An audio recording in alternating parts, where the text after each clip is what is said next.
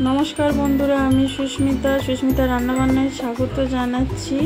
आमी एखाने आजके निये नियेछि किछु उपकरण पेঁয়াজ कुचि, रसुन कुचि, आदा कुचि और टमेटो कुचि। एखाने आमी मुग डाल नियेछि 100 ग्राम।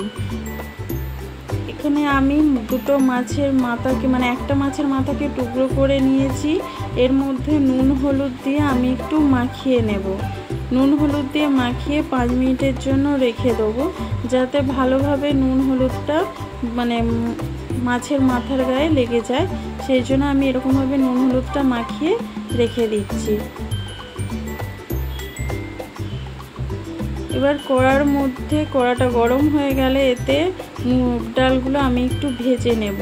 লো আঁচে ভাজতে হবে। মুগ ডাল থেকে যখন খুব সুন্দর একটা গন্ধ ছাড়বে তখন বুঝতে হবে যে মুগ ডালটা ভাজা হয়ে গেছে। লো আঁচে মুগ ডালটা আমি ভেজে নেব।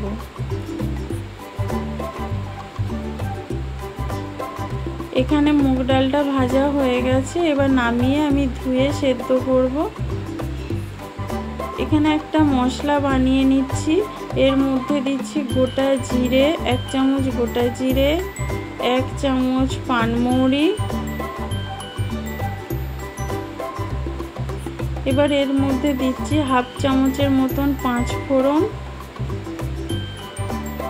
আর দুটো এলাচ দিয়ে ভালো করে এটাকে শুকনো খোলায় একটু নেড়ে ঠান্ডা করে এটা গুঁড়ো করে নেব।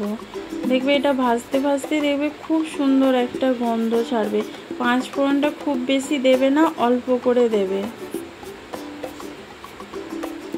এখানে আমি একটা বাটিতে জল বসিয়েছি। জলটা ভালো করে গরম হয়ে গেলে মুগ ডালটা দিয়ে দেবো সেদ্ধ করার জন্য।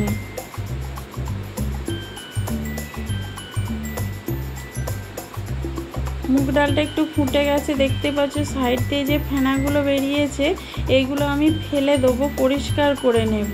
তারপরে আমি হলুদ দেব। ডালে কিন্তু নুন হলুদ এখন কিছুই দেয়া নেই। এইগুলো পরিষ্কার করে দেওয়ার পরে হলুদ দেব, কারণ এই আগে হলুদ দিয়ে দিলে এইগুলো যখন ফেলতাম তখন হলুদটা চলে যেত, ডালের কালারটা কিন্তু ভালো আসতো না। দেখো চামচের সাহায্যে আমি সব তুলে ফেলে দিচ্ছি। এরপরে আমি হলুদ দেব।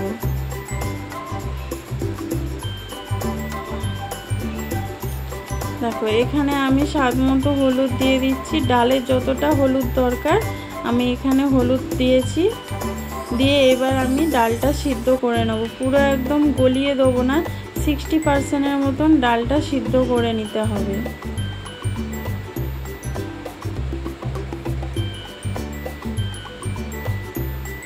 দেখো এখানে ডালটা সেদ্ধ হয়ে গেছে, দেখতেই পাচ্ছ 60% মতন পুরো সেদ্ধ হয়ে গেছে। বাকিটা এবার পরের রান্নাতে হয়ে যাবে। কড়াতে তেল দিয়েছি, তেলটা গরম হয়ে গেলে মাছের মাথাটা আমি ভালো করে ভেজে নেব। একদম মচমচা করে মাছের মাথাটা ভেজে নিতে হবে।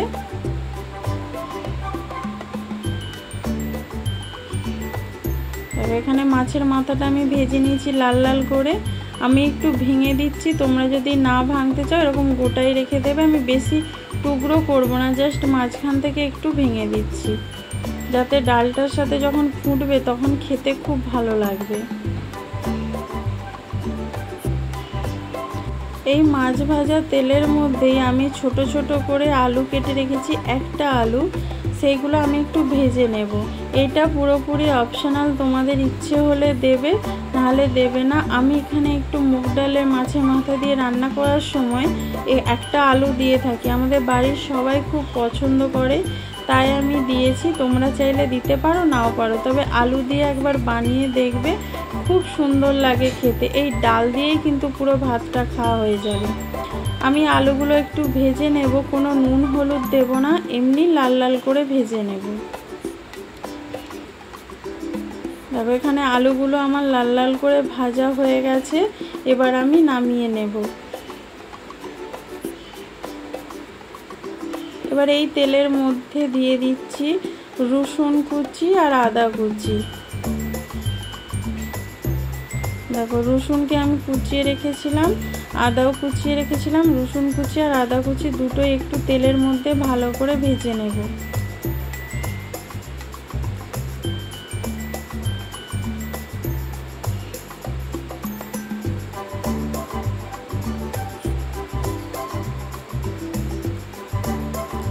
ভালো করে একটু ভেজে নেব যাতে আদা রসুনের কাঁচা গন্ধটা চলে যায়। আদা রসুনটা ভালো করে ভাজা হয়ে গেলে এর মধ্যে দিয়ে দেবো পেঁয়াজ কুচি। আমি দুটো মিডিয়াম সাইজের পেঁয়াজকে টুকরো করে রেখেছিলাম, এখানে পেঁয়াজ কুচি দিয়ে দিচ্ছি।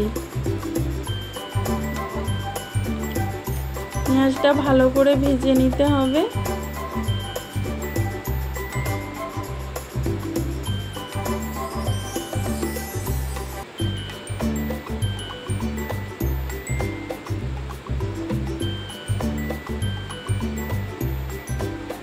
এখানে আমি একটু স্বাদ মতো নুন দিয়ে দেবো। ডাল আলু যতটা পরিমাণ মশলা হবে আমি সেই পরিমাণে নুন এখানে একবারে দিয়ে দিচ্ছি। এই পেঁয়াজের উপরে নুন দেওয়ার কারণে পেঁয়াজটাও নরম হয়ে যাবে, তাড়াতাড়ি ভাজা হয়ে যাবে, আর আমার পরিমাণটাও বুঝে আমি একদম নুন দিয়ে দিলাম। দিয়ে এবার পেঁয়াজটা আমি ভালো করে ভেজে নেব।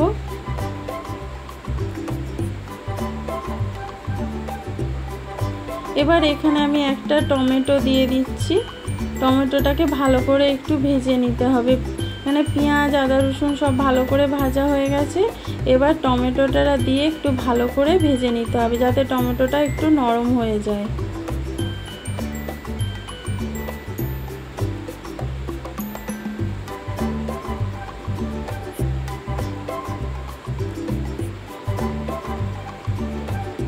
এবার এখানে কিছু মশলা দিয়ে দিচ্ছি। এখানে আমি দিয়েছি 1 চামচ লঙ্কার গুঁড়ো, আর দিয়ে দেবো পরিমাণ মতন হলুদ।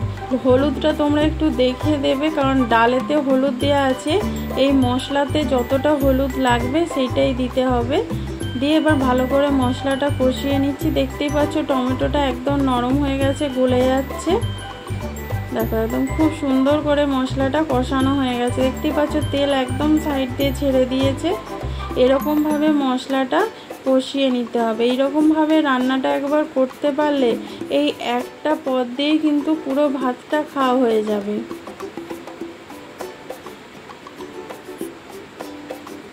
এবার এই মশলাটার মধ্যে দিয়ে দেবো আলু ভাজা আর মুড়োটা যে ভেজে রেখেছিলাম সেটা। এবার ভালো করে মশলার সাথে আমি কষিয়ে নিয়েছি।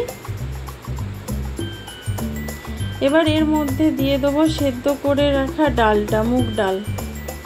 দেখো দিয়ে ভালো করে মিশিয়ে নেব। দেখো ভালো করে মিশিয়ে নিয়েছি, দেখতেই পাচ্ছ। এবার আমি জল দেব। আলু আছে, আলুটা সেদ্ধ হবে, আর ডালটাও এখানে একটু ফুটবে, সেই অনুযায়ী আমি এখানে জলটা দেব।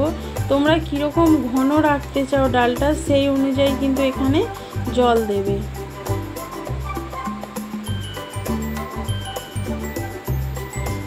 আমি এবার এখানে জল দিয়ে দিচ্ছি। ডালটা একটু ফুটবে আর আলুটাও সেদ্ধ হবে, সেই জন্য সেই অনুযায়ী আমি একটু জল দিয়েছি। দেখো এটা ফোটার পরে অনেকটাই ঘন হয়ে যাবে।